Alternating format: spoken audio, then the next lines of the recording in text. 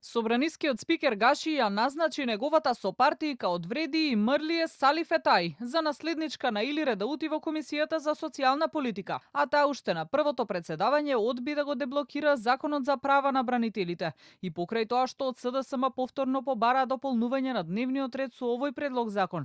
Фетај одговори дека сите рокови се поминати, но и децидно кажа дека нема намера да им го исполни барањето, се додека не се вметнати права за борците на ОНА. Прва точка од дневниот ред да се додаде Законот за посебните права на дополнување и изменување на Законот за посебните права на припадниците на безбедносните сили на Република Северна Македонија и на членовите на нивните семејства по скратена постапка. Јас би сакала вие како СДСМ да не правите вакви тенденции за да го ставите Законот за бранители на дневен ред, како што гледате цело време не сте конзистентни во вашите барања. Ние како коалиција Влен нема да дозволиме да се стави предлог на Законот за бранителите на дневниот ред без да бидат опфатени и припадниците на УЧК.